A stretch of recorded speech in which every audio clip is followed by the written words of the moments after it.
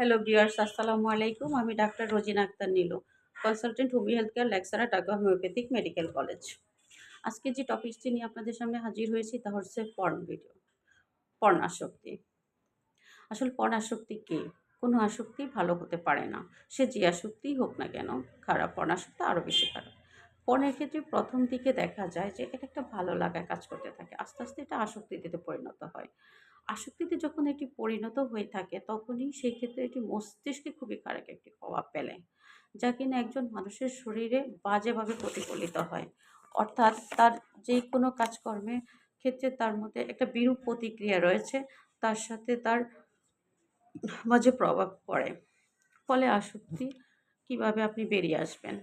বা এর ফলে তার শরীরের যে প্রভাব পড়তে পারে কিনা? আসলে আজকে মূলত এই বিষয়গুলো নিয়েই আলোচনা করব। পণ নিয়ে অনেকেই অনেক ধরনের চিন্তাভাবনা করে থাকেন। বিশেষ করে আমাদের দেশের অভিভাবক অনেক বেবি দুশ্চিন্তায় থাকেন।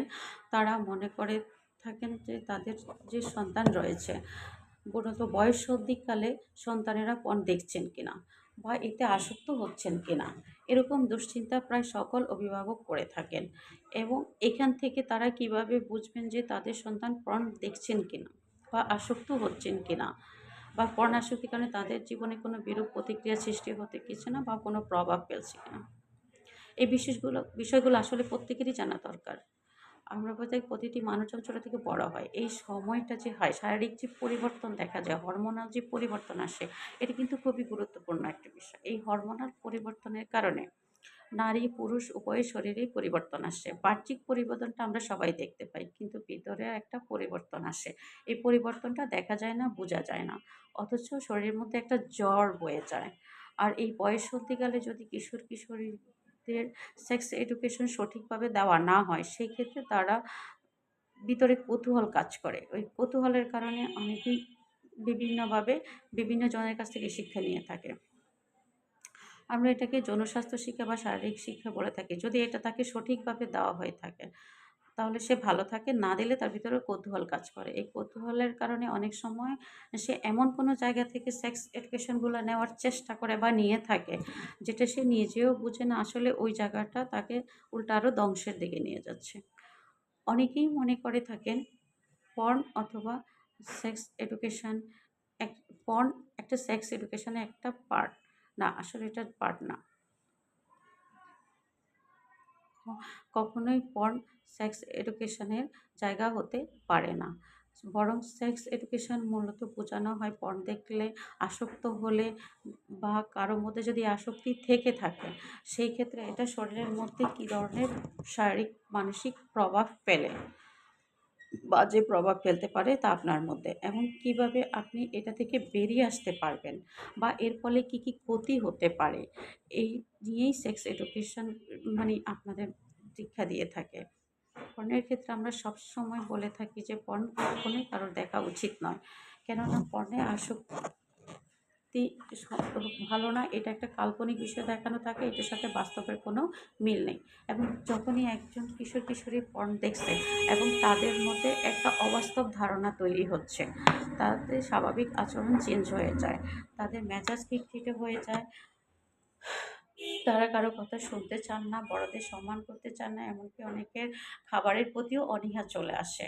তারা স্বাভাবিক জীবনযাপন থেকে সরে গিয়ে অন্যরকম একটা জীবনযাপনের দিকে ধাবিত হতে থাকে।